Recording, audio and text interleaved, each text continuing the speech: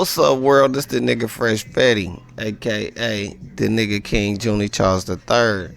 I'm coming to you live. You dig? Man, I'm on the latest little video talking about the significance of the Black land, Egypt, Kemet, uh, the cradle of civilization, the Nile Valley civilization, the land of antiquity, etc., etc.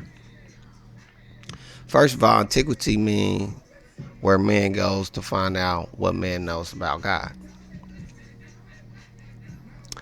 And because the issue been raised, and so I had to talk about this one time. For the record, now my Christian homie, my little Christian homie, he tried to raise the issue a couple weeks ago, talking about Cush is the mother of Egypt. You know what made Egypt so special? Well, Kush or Nubia or Ethiopia, whatever you want to call it, is in fact the mother of Egypt. But I would like to say for the record, pre-colonialization, the whole continent of Africa was mapped as Ethiopia, and the Atlantic Ocean was mapped as the Ethiopic Ocean. So the colonialized section that we call Egypt is on the northeast corner of Africa, on some land that's connecting the Middle East. Well, connecting Africa to the Middle East and Ashkenazi land and everything else over that way. So, evidently, it was chosen by goddamn for a reason. It ain't no really big coincidence. Well, I guess it is it's more than a coincidence that the biggest relics, the biggest sepulchre, the most artifacts, the oldest artifacts of written history is there. Okay, yeah, and another thing about that, okay, about the Nubia thing.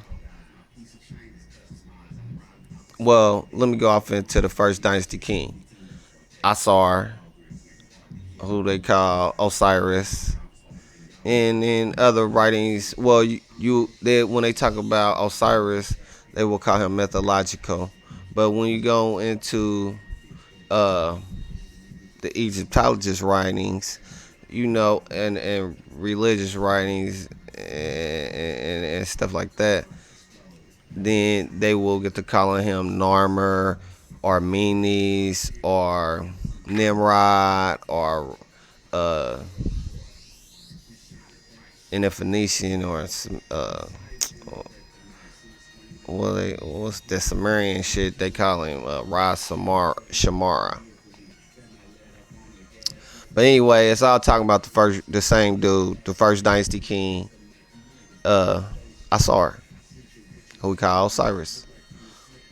And a peculiar thing about him and his story is that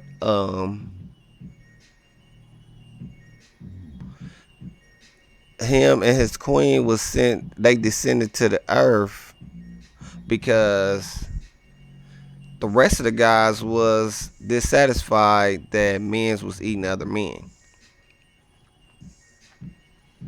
Okay, so that's one point I wanted to make. Another one is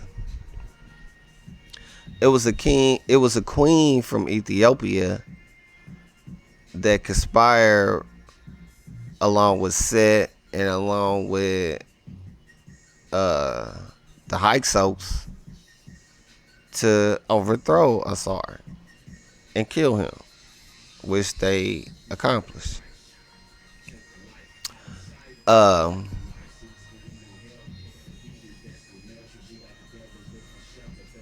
And also that North and South Egypt. Okay, I ain't even gonna go all up into that. But I will go off into this about the thing about Asar. One thing about Asar is on his story, they descended to the earth to lay God's teachings, and they said that he conquered all nations with no weapons, with only music and eloquence, which is directly opposite to the wicked conquest that we know of today, like that we see throughout the rest of history. Um, what else? Oh, the Valley of the Kings. For those that would like to dispute the chronology and call and say that it's all mythology, you got 52 kings of Egypt in the Valley of Kings. Well, the West Bank of the Valley of Kings on the West Bank of it now. But the tombs that they set in and the temples is facing to the east. You know, like Muslims pray to the east 5 times a day, and the sun rises in the east. Okay, well, if you look to the east in the Valley of the Kings, on the east bank of the on the east bank of the now, the Valley of the Kings, I saw, I said, and hey, Rue, they tombs inside of their temple is on the east bank. Now, Sets is over there too, but I ain't gonna go all up into that right now. Right now, I'm making a point of the king chronology. So, you know, the first two kings, like, it's something special about them because the other 52 kings was on the they laid themselves on the west on the west bank. You did, and they face it to the east. They telling you to look over there if you will only but pay attention.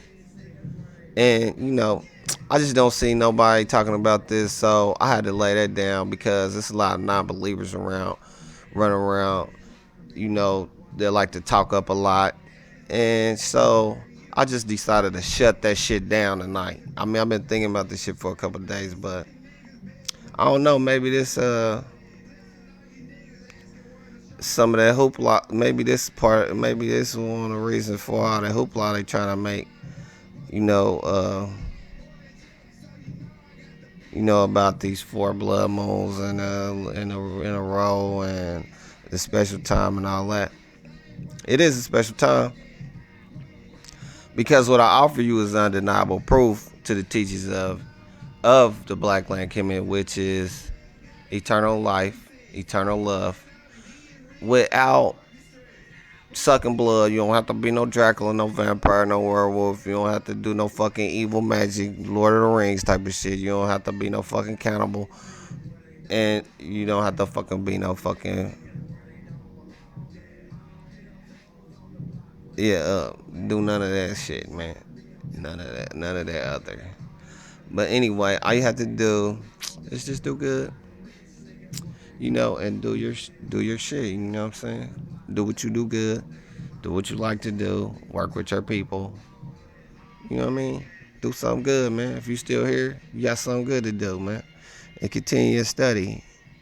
And I might was gonna say something else, but I'm gonna cut it short right here.